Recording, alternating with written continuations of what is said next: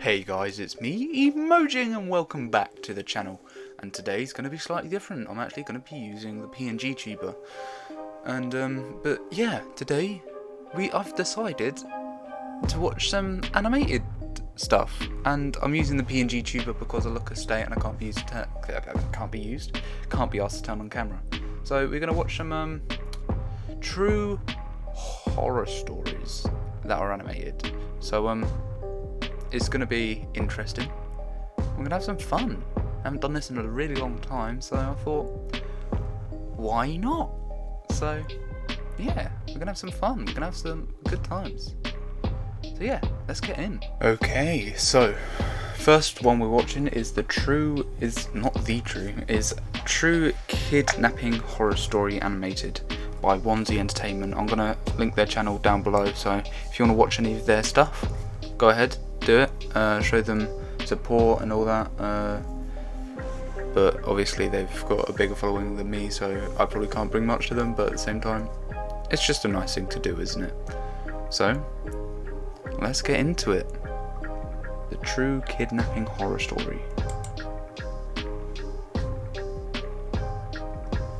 I'm already shaking in my boots. When I was 23, my boyfriend and I broke up. So I was in the process of moving away from my hometown to Houston. I just wanted to start over somewhere new. It was about 3 a.m. and I was driving through a small town in Texas. What? On my way to Houston when I decided to stop for gas. Oh no.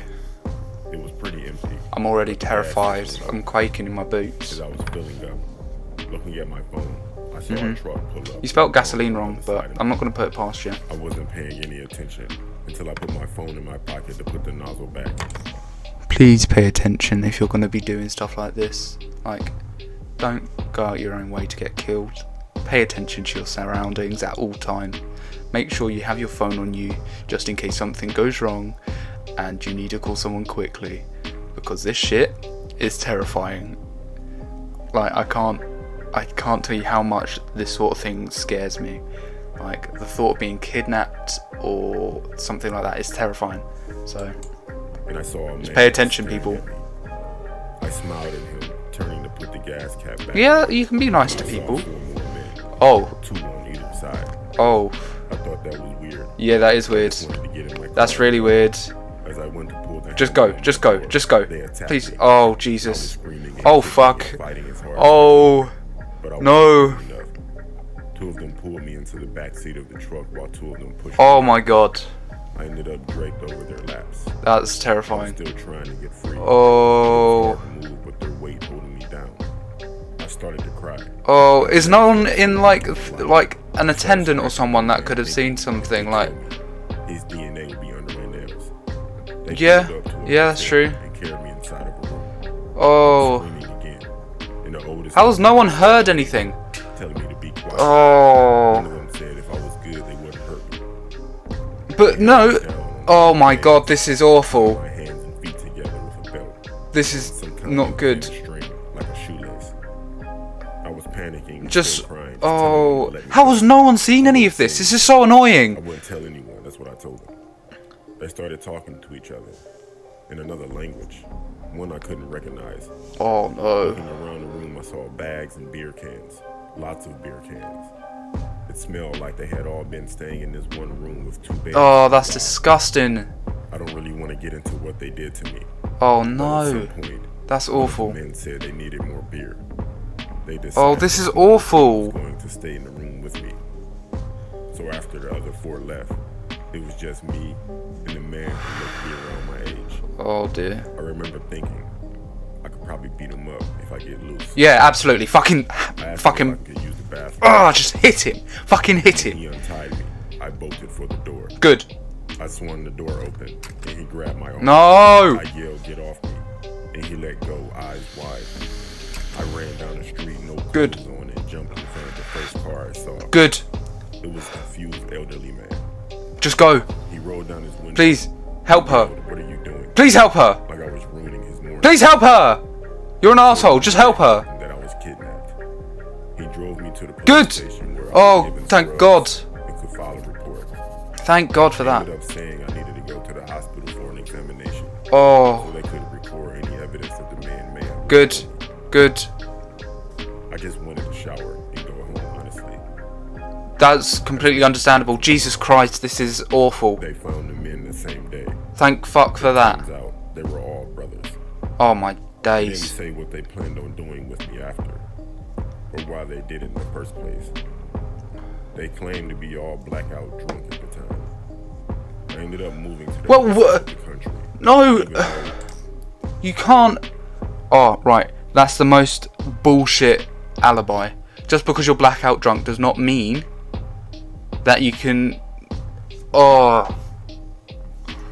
Yeah, sure, you do stupid things when you're drunk, but you don't just go kidnap someone, throw them in your car, go into some random motel, right, with no other, like, fucking thoughts on your mind. Like, she said things, well, the person that gave the story, she said things had happened to her. This is so fucking messed up. I wasn't realising it's going to get deep, but Jesus. I can't make jokes about this.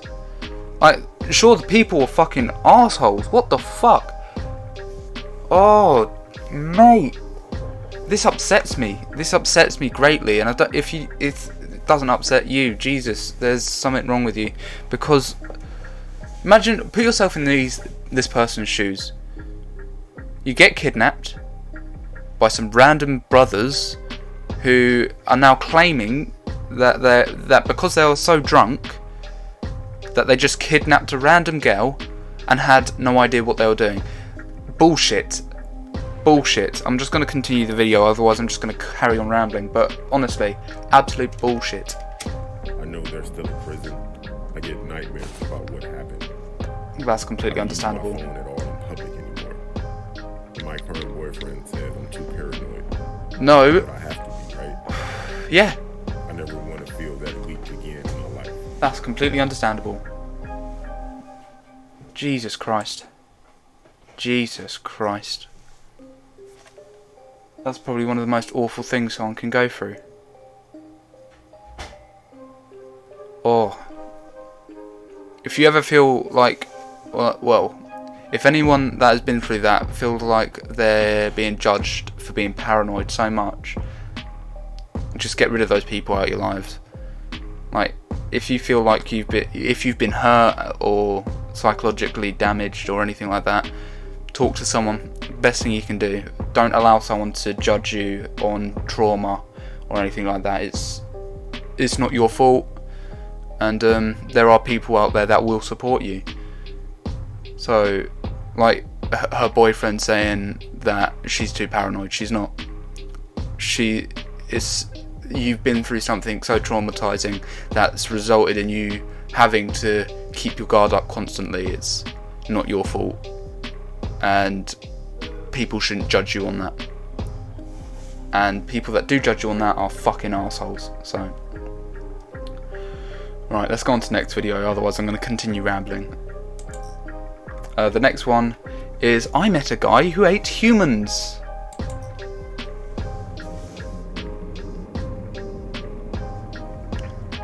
This happened when I was in college. I was 20 at the time, studying for an upcoming exam in biology. That is, until my roommate busted in my room. She wasn't yelling, but I could see she was... She already looks like a fucking psychopath. Right, look at those eyes. They would steal your soul. Jesus. drunk by her excitement.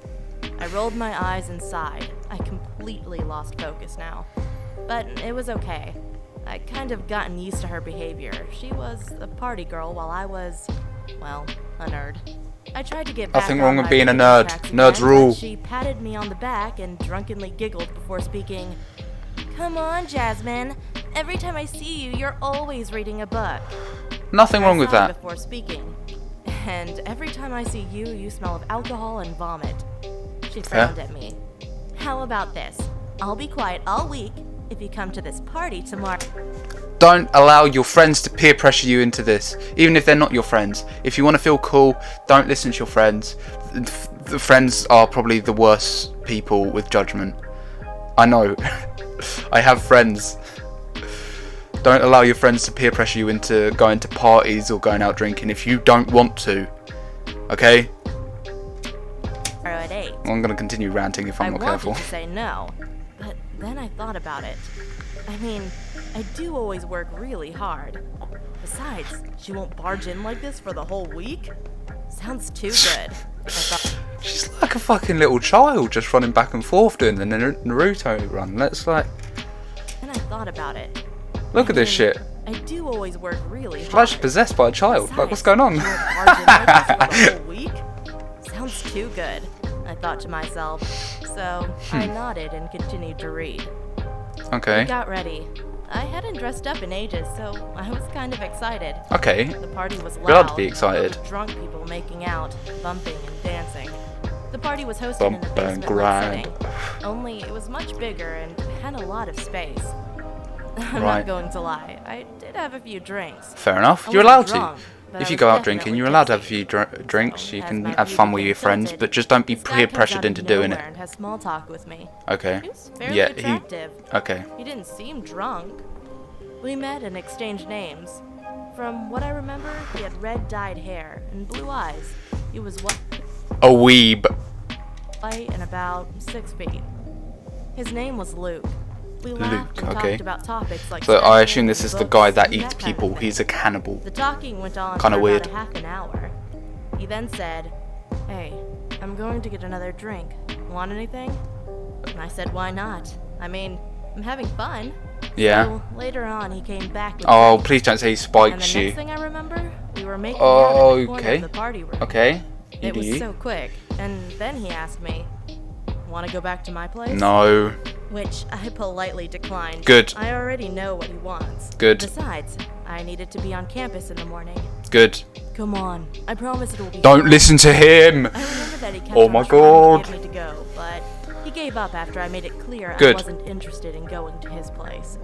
He rolled his eyes angrily and gave me a paper with a number on it. Fine. If you change your mind, give me a call. No. He leaned close to me and whispered against my Do ear. not. Then he walked out, and the rest of the night was a complete blank. The next day, I woke up inside my college bedroom, on my bed, next to my roommate snoring on her bed as well. As I got up to shower, a paper fell out of my pocket. His It was number. the number, which made me remember that guy. But I had more important things now. Good. I showered then and went to study. I remember reading my book when all of a sudden I felt dizzy. Then I woke up in the bed with police officers and nurses talking next to me. Ah. Turns out I had this dangerous allergic reaction that could only be caused from saliva or any bodily fluids that had come from eating or Oh. which to my surprise was Oh. I hadn't been kissing anyone, let alone ate anything raw. Then I remembered Oh the guy. shit. I told the police about the guy at the party. No, and that's gave him the number he gross. gave me. A few weeks passed and my allergies went down, so I could live Good. my life I'm normally. glad you're I feeling just better. finished my test Don't and my call phone him. rang. I answered it, and it was the police. Mhm. Turns out the guy from the party had 2 dead, decaying women's That's bodies disgusting. inside his apartment that She he could have had. ended up dead. They must have Oh been my god. My heart dropped. Oh. I made out with someone who ate human flesh. Or even worse, was what if I had agreed to go to his place? I may have been Oh one my of those god. bodies. Oh, that's disgusting visuals. But it was actually really good. It was really well told. Yeah, don't trust people. If you go out drinking, make sure you go out with friends that you know and you can trust. But make sure you're of age as well, obviously. And don't. If someone comes up to you, gives you their number, don't immediately call them. Make sure like you know you can trust that person. Make sure you get to know that person. Okay? Because, like she said, she could have ended up being one of those bodies that man was eating. But fucking hell. Oh, makes me cringe, man. Right, let's go on to the next one. My ex-colleague tried to kill me. Let's see how far this one goes. Back when I was 21 years old, I was a strategic firearms commander. Cool. This meant that I led a team think. into dangerous situations that oftentimes involves hostages or civilians who carried guns or other deadly weapons. Okay. I had a second-in-command firearms commander working beside me. Okay. His name was Callum, and he was my best friend. We always hung out outside of work. But while on duty, he would always joke around and make us crack a smile, even when we were dealing with pretty distressful stuff. Okay. We once had a case where a man had possession of a firearm. I'm sorry, but I don't feel like being able to laugh in those situations helps. At times it will probably just make the situation more stressful. Like, sure, you can have a laugh, but have it at the right time. Don't do it when you're trying to save a hostage. That's my own opinion, but at the same time, yeah, just don't. Like, yeah, at that point it feels like you're laughing at the fucking person who's vulnerable, and you're laughing at their expense, and it's kind of fucked up. So yeah, don't laugh or try and make jokes during that sort of situation. That's just my own opinion though, but you could have an opinion. You could be like, oh, but it makes the situation lighter. I don't care. Don't do it. Around me anyway. It's just, that's my opinion of that sort of thing. But yeah, in my opinion, it doesn't make the situation any easier. And we were assigned to take care of it. Callum seemed particularly eager and jumped out of the van before it even came to a full stop. Jesus. When the rest of the team reached the scene, the man was already shot. Oh, Christ. Callum still had the gun in his hand. Oh, shit. Soon after, I asked Callum why he was so eager to do it. And then he said he had no specific reason. He was just excited. I believed him because he was my best friend. So, he was somewhat trigger happy, so to speak. Like, he immediately jumped out the back of the van whilst it was still moving, as he said, and then went and killed the bloke. Oh, mate, okay, fair enough. Trigger happy bloke. Later on, when I was looking at the man who was shot, I looked him up on social media and realized that he and Callum added each other on Facebook. Upon further investigation, I realized that there were thousands of messages sent between the two where Callum revealed sensitive information about several operations. Oh, fuck. I knew that he killed this man on purpose, but I had no way of proving it. He This was is taken to court and was mental. sentenced to 3 years in jail for perverting the court of justice. Oh, I shit. testified against him and was no longer his friend. Yeah, that's fair enough. When I was 24 years old, I was still on the firearms team. All that happened with Callum was behind me, and I was happy with my life. One night I went home really late after work. As I walked to my apartment, I Oh, realized Jesus. that it was trashed. I called the police and they reported it. His but old friend there was has not come much about. they could do because I didn't have a CCTV. Oh, mate, As I got immediately into bed, install I cameras. saw that there was a note on my bedside table. All it said Oh, was, "Remember me?" no. I don't want instantly to remember this recognized guy. Callum's handwriting. Yeah, I'd feel like He that. was out of prison. Mate, that's terrifying. Man's broken in, trashed the place, and then left a note going, remember me. If that's not a threat, then, oh dear. I thought that he would move on with his life. Exactly. I was so wrong. This was his revenge. The next day, I went to the underground parking lot and I saw that my windscreen was smashed. So he's also being It was stalked clear by that him it as wasn't well. over me Mate. testifying against him. Soon after, I also saw him near my apartment. Oh, I ran fuck. after him, but he ignored me and ran away. I tried calling his old number, but it was no longer in service. Shit. Then an envelope was sent through my door, and it contained hundreds of photos of me at work, home, and even out with my girlfriend at clubs and restaurants. What? These were all taken very recently. That's fucking Last one, creepy though, as shit, man. Was a picture of Callum and I from years ago, and on the Oh, other side, written with mate. a big red marker were the words, "You're dead." Mate. I reported this as stalking, Yeah. and hoped he would end up back in prison. The police had gone to his listed address, but there was no one there. In fact, all of his bags were packed. I knew he was still in the area somewhere, though. One day I was by myself in an unmarked car, Yeah. and I saw this Toyota Yaris, and it was driving close behind me. Oh. It was my gut instinct to get the plate number checked, and I was going to. But then I got a Priority 1 announcement on the radio saying Right. there was a crazy man on a bus who had a knife. Oh, and stabbed fuck, someone. man. I turned on my sirens and blue lights and headed to the accident. As I got on the bus, he was already arrested, and the ambulance was already there as well. Good. As I was about to leave the bus, I heard a loud bang. Oh, and the man shit. on the bus fell down. He was Shit! shot through the window by a man who was wearing a black hoodie. He immediately ran. I ran out of the bus and went to the boot of my car. I got my MP5 SF out, which was a large rifle with sniper capabilities. I ran after the suspect and radioed in. They gave me an order of critical shot, which meant I could shoot to kill the suspect. Okay. He ran through the town center and went to the left.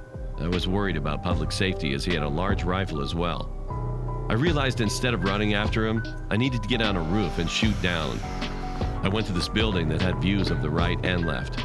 It took me 5 minutes, and I was worried that he would have run away by now. Jesus. As I got to the roof, I turned my gun to the sniper level. Yeah.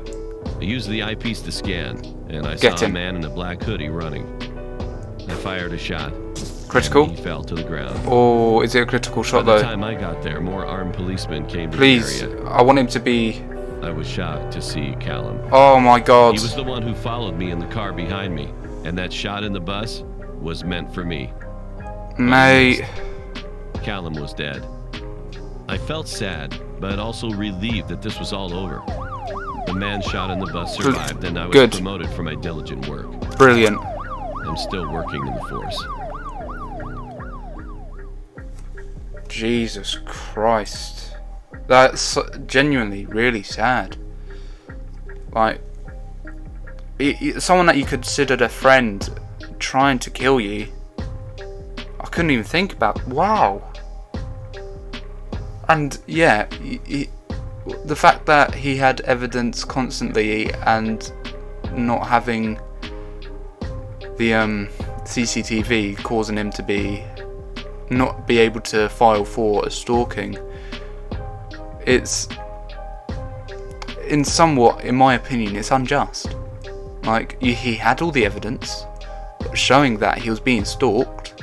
He had broken into the house that he was living at. He had pictures sent to him of recent things that he'd done. So, mate, and then he ended up killing him. Jesus. Well, guys, yeah, that was a rather tough episode, so to speak. A lot of very deep animations, going into rather somewhat scary situations for someone to be in. The first one really got to me, and the second one was gross, and the last one that was actually really upsetting, to see someone have to kill their own friend because they couldn't forgive that person for something they had done due to the fact that they testified them against in court because they had done something wrong themselves. I'd expect some form of forgiveness, but some people don't think that way, I suppose. But I'm going to leave this episode here. It was a rather deep one, and I appreciate any of you watching.